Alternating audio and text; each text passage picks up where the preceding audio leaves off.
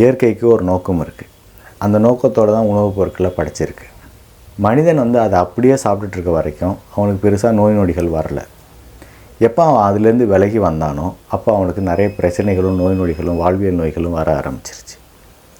மனிதன் எப்படி இயற்கையிலேருந்து விலகி இருக்கான் அப்படிங்கிறத இந்த வீடியோவில் விரிவாக பார்ப்போம். வணக்கம், நான் PV Rajan, fitness and nutrition specialist. நீங்கள் இப்போ தான் சேனலுக்கு வரீங்கன்னா தயவுசெய்து சேனலை சப்ஸ்கிரைப் பண்ணுங்கள், பெல் பட்டனை கிளிக் பண்ணுங்கள், மறக்காமல் இதுக்கு ஒரு லைக் பண்ணி பிடிச்சிருந்தா உங்கள் ஃப்ரெண்ட்ஸுங்களுக்கு ஷேர் பண்ணுங்கள். உங்களுக்கு நல்லா தெரியும், சயின்ஸ் வந்து இன்றைக்கி என்ன சொல்லுது அப்படின்னாக்கா, உணவுப் பொருட்களை வந்து 3 மேஜர் கேட்டகரியாக பிரிச்சிருக்கு. ஒன்று வந்து மாவு சத்து, புரதம், கொழுப்பு அப்படின்னு சொல்லி. ஸோ அந்த மாதிரி இயற்கையை வந்து நம்ம வந்து படைக்கப்பட்ட உணவுகளை பார்த்தோம் அப்படின்னாக்கா அதில் 2 மாடல் தான் இருக்குது. ஒன்று அந்த மாவு சத்து உணவு. அந்த மாவு சத்து உணவோடு சேர்த்து நிறைய நார் சத்துகளும் இருக்கும். ரெண்டாவது புரதம். புரதமும் கொழுப்பும் சேர்ந்து தான் ஒரு உணவுப் பொருட்கள் இருக்கும். ஸோ இப்போ இந்த ரெண்டாவதாக உள்ள விஷயத்தை நம்ம எடுத்துக்குவோம். புரதமும் கொழுப்பும் சேர்ந்து தான் உணவுப் பொருட்கள் படைக்கப்பட்டிருக்கு. எப்படி அப்படின்னு பார்த்தோன்னா, நீங்கள் புரோட்டீன் நிறையா உள்ள ஃபுட்டெல்லாம் பார்த்தோம் அப்படின்னாக்கா அதில் என்ன இருக்கும் அப்படின்னா, அதோட நிறைய ஃபேட்டும் சேர்ந்துருக்கும். ஃபார் எக்ஸாம்பிள், நீங்கள் சாப்பிட்ற மாமிசங்கள் எல்லாமே வந்து ஒரு நிறைய புரதமும் கொழுப்பும் சேர்ந்த ஒரு உணவு. மீனும் அதே மாதிரி தான். நிறையா வந்து இப்போ பால் பொருட்கள்லாம் நம்ம சாப்பிட்றோம். ஸோ பால், சீஸு, பன்னீர், இதெல்லாம் இதில் எல்லாமே பார்த்திங்கன்னா புரதமும் கொழுப்பும் இருக்குது. ஸோ இதுதான் வந்து மேஜராக இருக்குது. ஸோ இந்த மாதிரி புரத சத்து பார்த்திங்கன்னா நல்ல கொழுப்போடு சேர்ந்து தான் வரும். ஸோ இது அப்படியே நம்ம சாப்பிட்ருக்க வரைக்கும் நமக்கு எந்த பிரச்சனையும் கிடையாது. ஸோ இது ஒரு கேட்டகரி. இன்னொரு கேட்டகரி சொன்னோம் பார்த்திங்களா, இதில் தான் ரொம்ப விலகி வந்துட்டோம். இந்த கேட்டகரி என்ன அப்படின்னாக்க, மாவு சத்து உணவோடு சேர்த்து நார் சத்து இருக்குன்னு சொன்னேன்.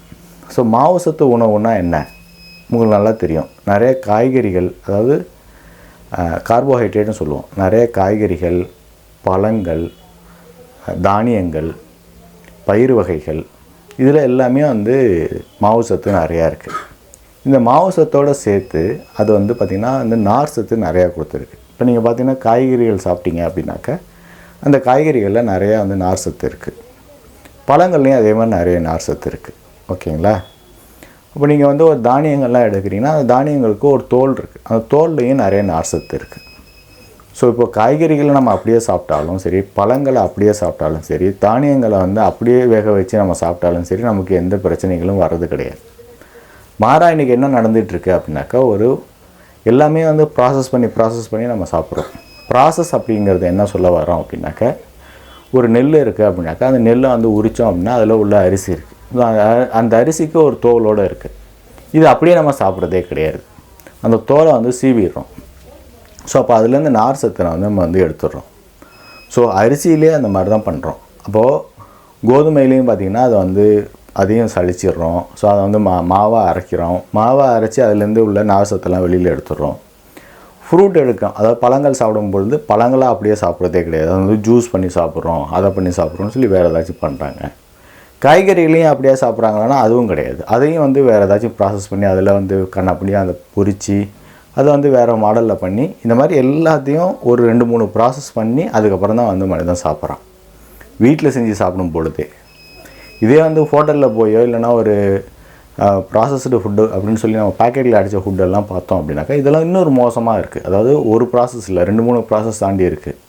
ஸோ அதுலேருந்து பிரித்து இயற்கையாக வந்து படைக்கப்பட்ட ஒரு தானியத்தை வந்து பல மூலக்கூறுகளாக பிரித்து அவனுக்கு தகுந்த மாதிரி நிறையா வந்து டேஸ்ட்டாக பண்ணுறான் அப்படின்னு சொல்லிட்டு நிறையா வந்து சர்க்கரையெல்லாம் சேர்த்து ஒரு உணவுப் பொருள் பண்ணுறான். இந்த மாதிரி நீங்கள் சாப்பிட்ற உணவுப் பொருட்கள் எல்லாமே வந்து பார்த்திங்கன்னா ப்ராசஸ் பண்ண உணவுப் பொருட்கள். இப்போ நீங்கள் அந்த தானியங்களையும் சரி, அந்த காய்கறிகளையும் சரி, பழங்களையும் சரி நீங்கள் அப்படியே சாப்பிட்ணும். ஏன் அப்படியே சாப்பிட்ணும் அப்படின்னா, இயற்கை என்ன படைச்சிருக்குன்னா இப்படி தான் படைச்சிருக்கு. எதுக்காக அப்படின்னாக்கா, நீங்கள் அந்த மாவு சத்து நிறையா உள்ள உணவுப் பொருட்கள்லாம் சாப்பிட்டிங்கன்னா அதோடு சேர்த்து நார் சத்து நிறையா இருக்குது. அந்த நார் சத்து வந்து உங்களுடைய செரிமானத்துக்கு வந்து ரொம்ப உதவும், உங்கள் குடலுக்கு ரொம்ப நல்லது. இந்த மாவு சத்து உணவுனால உங்களுக்கு வந்து சர்க்கரை அளவு பயங்கரமாக ஏறும், அதாவது பிளட் சுகர் லெவல் ஏறும். இந்த நார் சத்து வந்து அதை தடுக்கும்.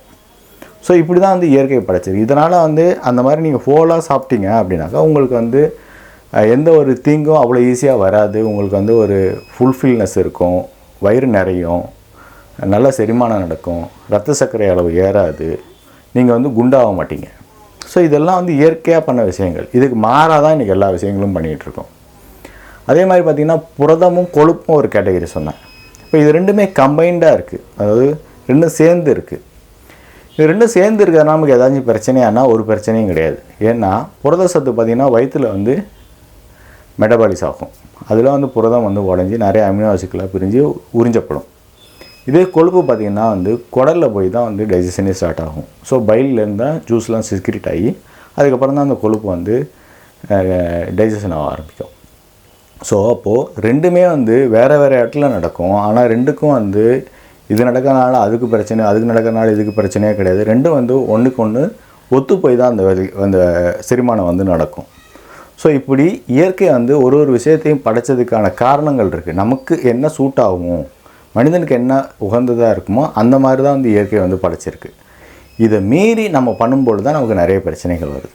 இப்போ நீங்கள் நார் சத்தெல்லாம் எடுத்த ஒரு ப்ராசஸ் உணவு சாப்பிடும் பொழுது உங்களுக்கு என்ன நடக்குதுன்னா அதில் வந்து நார் சத்தே இல்லை. வயிற்றுக்குள்ளே போனதுமே அது வந்து டைஜஷன் ஸ்டார்ட் ஆகுது.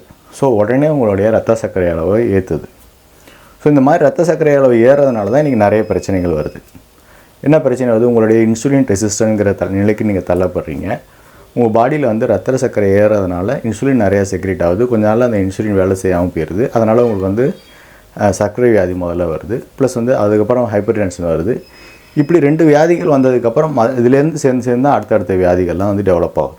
ஸோ இப்படி வந்து இன்சுலின் ரெசிஸ்டன்ட்ங்கிற ஸ்டேஜ் எதனால் வருதுன்னா இந்த மாதிரி ப்ராசஸ் பண்ண ஒரு உணவுப் பொருட்களை சாப்பிட்றதுனால தான், அதாவது இயற்கைக்கு மாறாக நம்ம இருக்கிறதுனால தான்.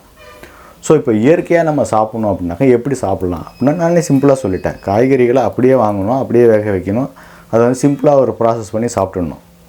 பழங்களை வந்து அப்படியே எடுத்துக்கணும். தானியங்களை வந்து முழுசாக எடுக்கிறதுக்கு ட்ரை பண்ணணும். ஒரு பயிறு ஒரு பருப்பு சாப்பிட்றோம் அப்படின்னாக்கா அது தோலோடு எப்படி அதை சமையல் பண்ணி சாப்பிட்லாம் அப்படிங்கிறத பார்க்கணும். இந்த மாதிரிலாம் பண்ணோம் அப்படின்னாக்கா நமக்கு வந்து மாவு சத்து உணவுனால் எந்த ஒரு தீங்கும் ஏற்படாது. ஏன்னா நார் சத்து நமக்கு வந்து ஹெல்ப் பண்ணிடும். ஸோ அதை வந்து உங்களை வந்து சேவ் பண்ணிடும். ஸோ இப்படி இயற்கைக்கு ஒத்த நீங்கள் போங்க.